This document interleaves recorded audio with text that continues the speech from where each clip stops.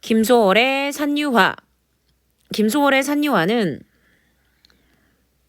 관조적인 시인데요. 관종 아닙니다. 관조적인 시입니다. 총 4연으로 구성된 이 시는 보시는 바와 같이 산과 꽃이 저만치 떨어져 있죠. 그것을 시각적으로 제시하기 위해서 산유화, 즉 산에 피어있는 꽃인 산유화, 얼마 전까지 피어있고 지금도 피어있죠. 노란색 꽃이 그 산유화인데요.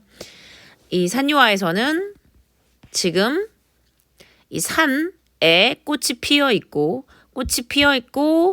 가을, 봄, 여름 없이 꽃이 피어있는 상황을 마치 산이 듬성듬성 산과 산에 혹은 산과 꽃에, 예를 들면 꽃과 꽃의 거리, 꽃과 화자의 거리, 뭐 이런 식의 적당한 거리감을 시각적으로 그 독자에게 제시하기 위해서 이렇게 듬성듬성 처리를 했습니다. 듬성듬성 처리를 했다라는 거 기억을 하셔야 하고요. 저랑 그러면 본문 분석을 해보도록 하겠습니다. 제목 산유화. 산유화는 제목에 정서가 하나도 없고 그냥 얘는 산에 피는 꽃 그 자체예요. 산유화는 제목에서 정서를 알 수 없네요. 지은이는 김소월인데 김소월은 일제강점기의 대표적인 시인이죠. 주로 7호조의 삼음보, 민요적 율격, 7호조의 삼음보 시를 굉장히 많이 쓰셨는데 7호조라는 것은 7글자, 5글자 이렇게 음수율을 지켰다라는 건데 과연 이 산유화도 7호조의 삼음보를 지켜서 전통적 운율감을 형성하는지 같이 체크를 해보자고요. 자, 그럼 저랑 같이 해볼까요? 산에는 꽃이 피네. 어라? 일과 이행이 어떻게? 삼음보로 끊어지네요.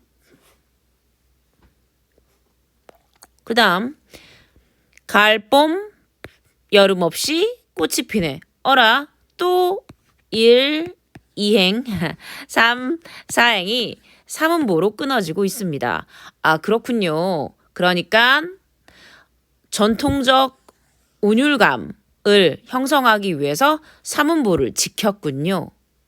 더불어 7호조 삼음보라고 말씀드렸는데 7호조라는 것은 7글자, 5글자의 적당한 글자 수를 지키는 건데 딱 맞아 떨어지진 않아요. 여기도 보시면 6글자, 4글자잖아요. 그런데 김소월의 산유화는 7호조의 삼음보를 지킨다고 했을 때 얘는 맞다고 처리하면 됩니다. 이게 바로 전통적 운율감, 민요적 성격이 강한 거예요. 네, 그렇게 해서 우리가 7호조의 삼음보 각 이행마다 민요적 성격이 강하다라는 것을 알기 위해서 끊어 읽었고요. 그러면은 운율감을 형성하는 게 요거밖에 없을까요? 아니죠. 1번 7호조의 삼음보도 있지만 두 번째가 이렇게 돼요. A, B, A. 보시면은 AAPA 구조는 뭐냐면은 꽃이 피네. 똑같지 않지? 안 똑같잖아요. 네. 100% 완벽하게 똑같지는 않아요. 그러나 A 똑같지는 않지만 닮은 구조에 A가 반복적으로 나오고 여기서 중간에 삼행에 약간 달라지는 구조죠. 그래서 AABA 구조라고 해도 맞습니다. 이 두 가지를 통해서 무엇? 일단은 운율감을 형성하고 있네요. 네, 그렇게 됐고요. 그러면 이제 운율감 말고 내용적인 부분 한번 보자고요. 뭐가 등장하는지 볼게요. 와, 여기 산이 있고요. 꽃이 있고, 꽃도 있고, 꽃도 있어요. 그럼 여기서 지금 가장 중요한 소재가 산하고 꽃이 있는 거예요. 근데 이 꽃은 어디에 핀대요? 산에 핀대요. 그렇구나. 그러니까 조금 있다가 나오는데 이따는 피네가 아니라 지네로 나오거든요. 무서워! 다리 많은 지네! 그건 아니고요. 핀다라는 것은 탄생한다라는 거예요. 핀다라는 것은 생성한다라는 뜻이거든요. 핀다라는 것은 탄생하고 생성의 이미지가 강한 거예요. 그러면은 산이라는 공간은 핀다라는 탄생과 생성하는 공간이라는 거예요. 그쵸? 그런데 이따가 지네라고 나온다니까요. 무서워? 그건 아니고요. 그러니까 이 산이라는 공간은요. 피는 공간이기도 하지만 지는 공간이기도 한다라는 얘기죠. 그러면은 선생님이 산의 정체가 대체 무엇입니까? 산의 정체는 바로 네, 세계를 말하는 거고요. 존재가 생성되면서 존재가 그렇죠. 사라지는, 즉 소멸하는 생성과 소멸이라는 그 두 가지 일이 동시에 일어나는 그 공간입니다. 다만 1년에서는 존재가 탄생하는 공간이 바로 산이라는 거죠. 근데 꽃이 핀대요. 여러분, 봄을 좋아하는 이유가 뭐죠? 바로 우리의 시각에 꽃이 핀 모습을 여러분들이 볼 수 있기 때문이에요. 그렇구나. 산이라는 공간적 배경에서 꽃이 피는 거고, 이를 통해서 자연의 세계를 상징적으로 제시하고 있는데, 이거를 시각적으로 제시하고 있구나. 네. 그렇게 해서 1년의 일행하고 이행은 키워드가 바로 꽃이 가로 열고 존재가 탄생하는 산, 공간을 이야기하고 있고요. 일행하고 이행에 걸쳐서 매듭보, 이행에 걸쳐서 삼음보로 끊어지고 꽃이 핀에는 무슨 감각적 심상 중에서 시각적 이미지를 제시하고 있습니다. 그런데 운율감을 형성하는 게 AAPA 구조, 7호조의 삼음보의 민요적 율격 외에 하나 더 있네요. 바로 무엇입니까?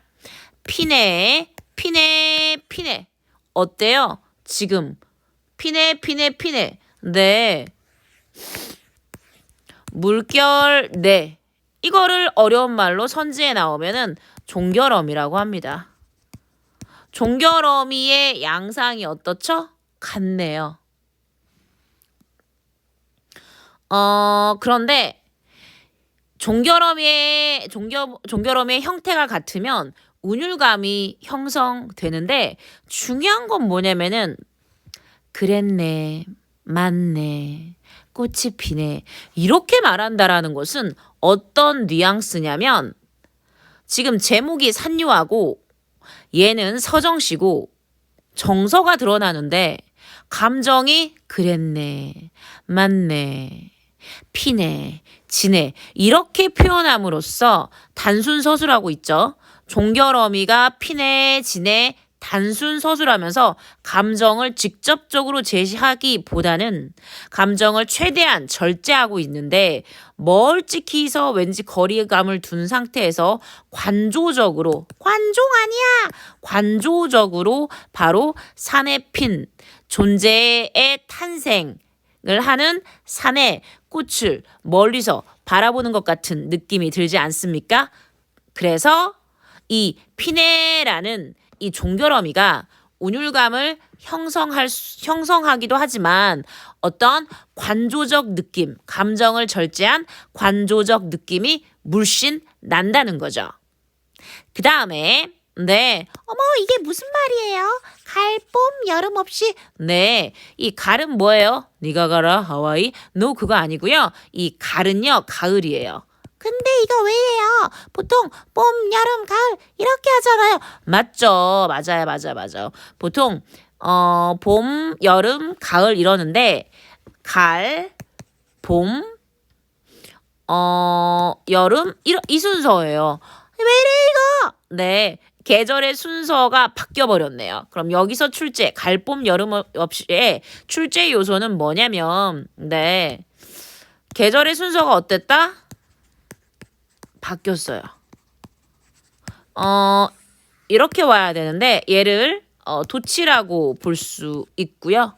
두 번째는 가을인데 왜 가을이라 그래요? 네. 운율감을 형성하는 네 번째 요소 또 나왔네요. 첫 번째 요소가 뭐였죠? 7호조, 3음보. 두 번째 요소가 뭐였죠? 두 번째 요소까지 다 얘기했네요. 첫 번째 요소가 7호조였고요. 두 번째 요소가 3음보였고요. 세 번째 요소가 바로 피네 라는 네라는 종결음이었고요. 네 번째 요소는 AABA 구조. 뭐 이거였어요. 그런데 이 갈이라는 말은 시적 허용이에요. 가리가 아니라 가을이거든요. 네. 그래서 운율감을 형성하는 역할을 해요. 시적 허용을 한다면. 그럼 갈, 봄, 여름 없이의 출제 요소는 어떻게 끊어요? 갈, 봄, 여름 없이 꽃이 피네. 이렇게 끊어 있고요. 이 갈이라는 단어는 원래 뜻이 뭐다? 가을이다. 왜 가을이 먼저 나왔나? 네. 강조하기 위해서 계절의 순서를 바꾼 거죠. 즉, 얘의 뜻은 봄, 여름, 가을을 가리지 않고 봄, 여름, 가을을 가리지 않고 꽃이 피네 라는 뜻이에요. 그러니까 이게 계절의 순서를 바꿨다라는 거 기억하시고 이것이 운율을 형성한다라는 거 기억하시면 돼요. 계절의 순서를 바꿈으로써 도치법 강조가 되지만 동시에 시간이 계속 흐른다라는 느낌이 물씬 들죠. 그럼 1년 출제 요소 다시 체크해 볼게요. 기억해 볼까요? 뭐죠? 7. 7하면 뭐가 생각나나? 네, 7호조 3은 뭐죠? 그 다음 A 하면 뭐가 생각나나? AABA 구조였죠? 네, 이게 뭐였죠? 종결음이. 그런데 운율감 형성하는 거지만 추가로 뭐 감정을 절제한 관조적 느낌 물씬 난다고 했고요. 그 다음 운율감 형성하는 거 또 있는데 바로 뭐? 네가 가라 하와이. 가을이었는데 이 가을은 뭐예요? 가을이었어요. 가을이 가리라고 쓰였는데 이거를 땡땡 허용이라 그랬는데 뭐예요? 네, 시적 허용이라 그랬어요. 자, 이런 요소가 바로 뭐를 형성한다? 네, 운율감. 근데 이 7호조 3음보가 바로 우리의 전통적 어떤 성격? 네, 민요적 성격이 되게 강하다는 거 기억하시라 그랬고요. 내용적 측면에서 이 산이라는 공간은 1년에서 생성이에요? 소멸이에요? 생성하는 공간이죠. 뭐가 피어요? 이 꽃이요. 근데 꽃이 어떻게 폈죠? 봄, 여름, 가을 할 것 없이 막 꽃이 피는 거예요. 근데 가을이 왜 앞에 있죠? 이걸 무슨 법이라 그랬죠? 도치법. 왜 계절의 순서를 바꿨을까? 시간이 계속 연달아서 연속해서 흐른다라는 것을 강조하기 위함이었어요. 자, 그럼 저랑 함께 이연을 같이 해보도록 할까요? 이연, 산에 피는 꽃은 어머, 왜? 두 글자밖에 안 되는데 왜 이렇게 끊어서 쓴 거야? 아까는 2행당 3음보로더니 이번에는 3행에 걸쳐서 3음보네. 산에 뛰고 산에 대체 왜 뛰는 거야? 네, 여기 보시면 알 수 있습니다. 산에 지금 사내라고? 아니야. 네, 그게 아니라 산에 이렇게 듬성듬성 배치한 이유는 시각적으로 산과 산이 거리감을 주기 위한 의도적 성격이 되게 강합니다. 그래서 시각적으로 뭐가 산에 거리감이 있는 거고, 더불어 이 산에 뭐가 피었어요? 꽃이 피었는데 꽃이 이렇게 막 엄청나게 가깝게 핀 게 아니라 혼자서 흩어져서 피고 있거든요. 산에. 그러니까 당연히 어떻게 듬성 거리감을 둬야 되는 거죠. 그것을 시각적으로 제시하기 위해서 일부러 산에 피는 꽃은 이렇게 배치한 거예요. 네, 그래서 산에 피는 꽃은 저만치 혼자서 피어있네. 오, 여기 엄청나게 중요하네요. 산유화는 물론 다 중요하지만 저만치 혼자서 피어있네. 네, 일행에서 사문보로 처리했고요. 여기서 가장 중요한 말은 바로 혼자서라는 단어예요. 이 꽃이 왜 혼자서 피어 있냐고요. 왜냐면 근원적으로 절대적으로 고독한 존재이기 때문이에요. 누가요? 이 꽃이요. 이 꽃은 저만치에서 혼자 피어 있어요. 왜요? 여기 있잖아요. 진짜 여기 떨어져 있잖아요. 왜 이래요? 그러니까 근원적으로 원래가 그냥 고독한 존재라는 거죠. 그런데 꽃만 과연 고독한 존재일까요? 아니요. 존재는 모두 뭐하다? 그렇죠. 고독하다라는 걸 말하고 있는 거예요. 저만치 혼자 피어 있는 고독한 존재라는 것을 꽃을 통해서 이야기했고, 결국 이 생성하는 뒤에 나오는 소멸하는 모든 자연물들은 어떻다? 고독한 존재이다 라는 것을 이야기하고 있는 거예요. 그런데 여기 보시면 저만치라는 단어가 나와요. 저만치의 의미도 반드시 알아야 되는 중요한 의미인데요.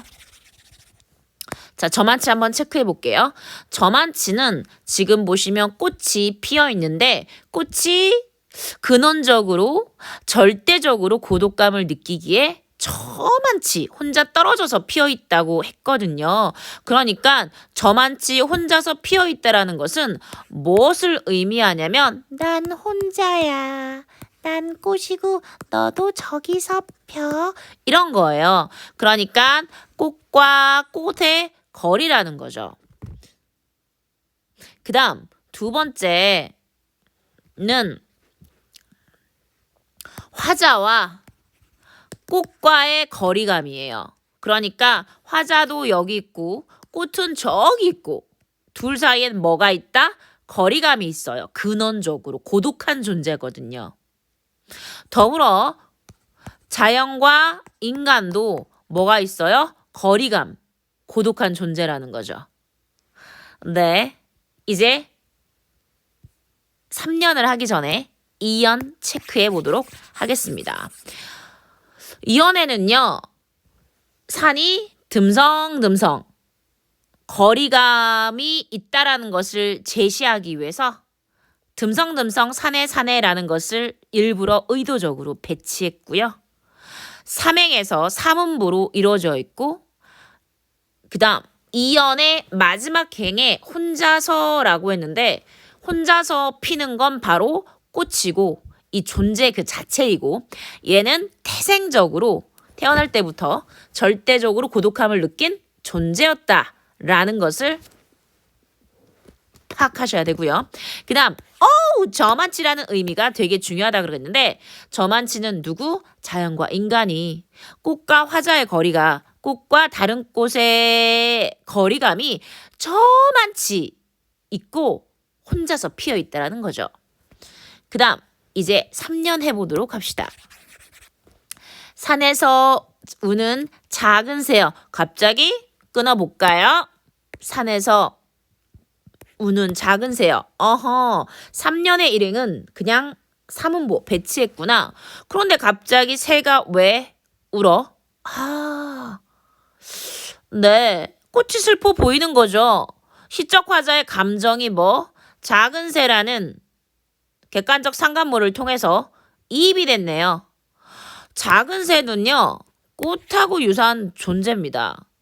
왜냐면 꽃은 자연물이고 존재하는 모든 것들은 근원적 고독감을 지니고 있어요. 그래서 시적 화자도 존재론적 고독감, 절대적 고독감을 느끼기 때문에 뭐 울고 있는 거죠. 감정이 어떻게? 서글퍼.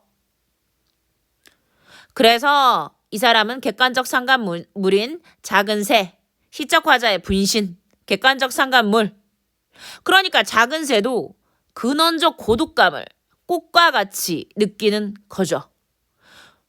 그런데 작은 새는 대체 어떻게 울까요?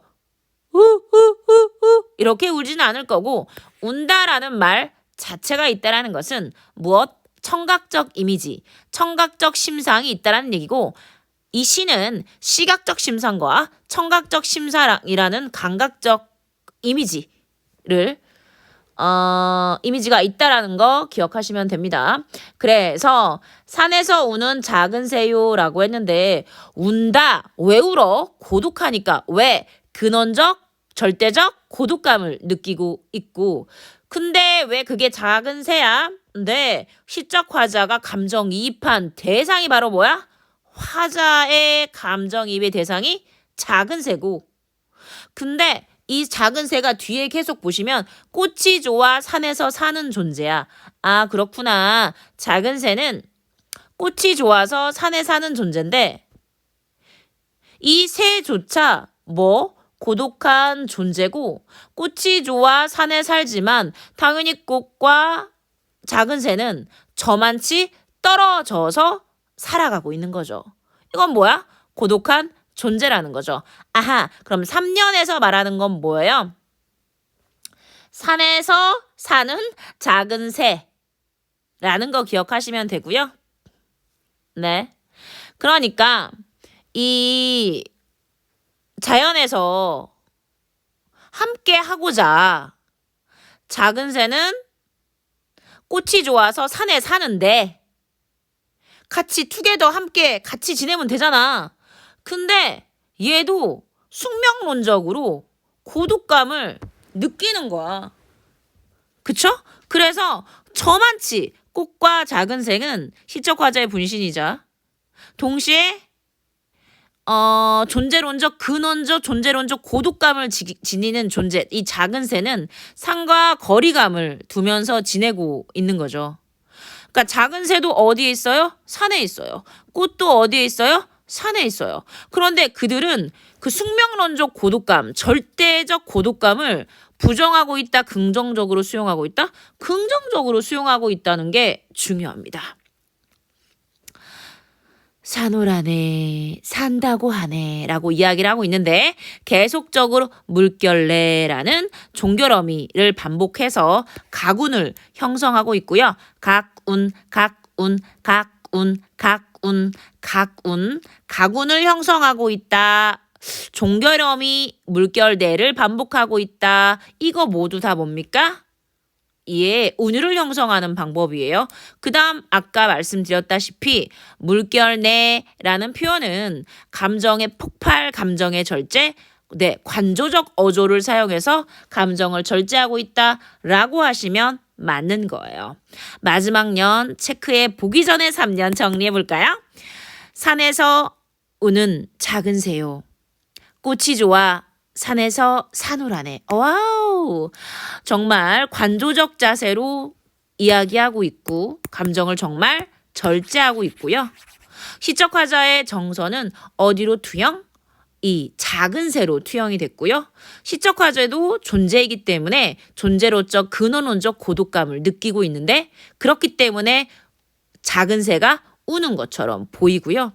그러나 이 작은 새는 아까 근원적 고독감을 느껴서 저만치 혼자 펴있는 어디에 산에서 피어있는 이 꽃이 좋아서 산에서 살지만 결과적으로 서로들은 어떻게 멀리 떨어져 있으면서 살고 그들은 존재의 근원적 그 고독함을 수용하고 있다라는 거 체크.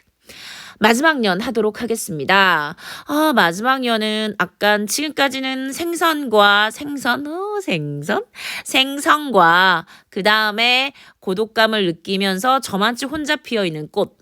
3년에서는 꽃이 좋아서 그러나 슬프게 그것을 수용하는 작은 새의 존재에 대해서 얘기했고 4년은 산에는 꽃이 지네. 이번엔 피는 게 아니라 소멸에 대해서 이야기하고 있네요. 산에는 꽃이 지네. 존재가 소멸하고 있고요. 역시나 물결대라는 종결어미를 통해서 가군을 형성하면서 운율감을 느껴져요. AA, BA 구조 똑같고요.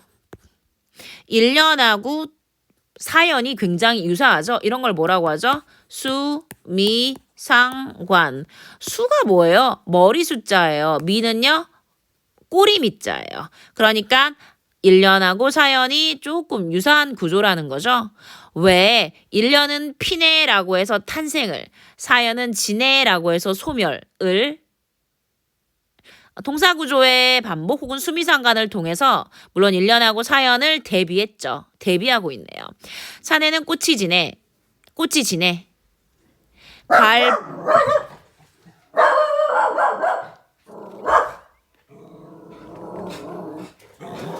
가을봄 여름 없이 꽃이 지네. 네, 가을봄 여름 없이 꽃이 지네라고 했는데 존재의 소멸은 역시나 계절의 순환처럼 절대 거스를 수 없는 거죠. 이거 숙명인 거죠. 그러니까 계절이 아까 1년에서는요. 계절이 봄, 여름, 가을 시간이 연속하면서 산에는 꽃이 피는 거고 이와 마찬가지로 소멸도 계절의 순환처럼 너무나 자연스럽게 이루어진다라는 얘기를 하고 있는 거예요. 그러니까 결국 이 시는 수미상관을 통해서 피내 진해를 통해서 존재의 탄생과 소멸이라는 자연의 순환 질서를 이야기하고 있다라는 거죠. 생성과 소멸이라는 자연의 순환을 강조하며 1년과 사연이라는 수미상관을 통해서 형태적 안정감을 이루고 있다라는 거 체크 포인트. 원래 수미상관은 앞뒤가 굉장히 유사한 구조라서 수미상관을 쓴다면 형식적 안정감과 시적 완결성을 높여줍니다. 네, 그렇게 해서 우리는 자유시이자 서정시이며 관조적인 성격이 강한 전통적 민요와 율격을 사용한 산유화를 했고요. 그러면은 우리 자습서를 앞부분에 보면서 한번 정리하는 시간을 가져볼게요. 자유시 맞아요. 형식이 없고요. 정서를 가지고 노래했는데 어떤 정서? 네, 고독감? 근원적 고독감? 하지만 그걸 부정하는 게 아니라 수용하는. 자, 그런데 시적화자의 정서는 최대한 절제해서 표현했다라 어떻게 뭐뭐네라고. 왜 민요적이에요? 몇 조? 7호조, 삼음보. 이게 전통적이고 왜 간조적이에요? 물결네. 산에 피어있는 꽃 바로 무엇? 산유화. 존재의 근원적 고독과 대자연의 섭리가 뭡니까 선생님? 생성과 소멸이라는 거죠. 자, 1, 2, 3번에 걸쳐서 표현상의 특질을 한번 알아보도록 하겠습니다. 1년과 사연이 수미상관이다. 형태적 안정감을 보이고 있다. 종결어미 네를 반복하여 가군의 효과를 얻고 감정의 절제를 보여준다. 중요합니다. 삼음보를 여러 행에 걸쳐 배열하거나 한 행에 배열했죠. 삼음보를 1, 2, 3행에 걸쳐서 혹은 1, 2행에 걸쳐서 혹은 한 행에 배열했잖아요. 네. 그래서 1해서 4여는 결국 뭘 이야기하는 거다? 1년은 존재의 생성을, 4여는 존재의 소멸은, 그 존재는 대체 무엇이죠? 산에 지는 꽃과 산에 피는 꽃이죠. 2여는 그래서 뭔 얘기했던가? 와, 이 꽃이 저만치 그것도 혼자서 피어 있어서 고독하다라는 것. 3년은 꽃이 등장합니까? 꽃이 좋아서 산에서 사는 작은 새가 등장합니까? 네, 시적화자의 객관적 상관물이자 분신인 바로 뭐? 그렇죠. 뿅뿅 새가 등장했죠. 존재의 교감. 교감이라는 것은 뭐예요? 서로가 이렇게 통한다라는 얘기죠. 그러니까 작은 새도 작은 새가 누굴? 꽃을 너무 좋아해서 산에서 같이 살잖아요. 그리고 교감을 한다는 뜻이죠. 그러나 그들은 그 존재라는 것은 모두 근원적 고독감을 느끼는 존재이기 때문에 저만치 거리두기를 하고 있다라는 뜻입니다. 자, 이렇게 해서 우리는 산유화를 마쳤네요. 정말 고생하셨어요. 뿅!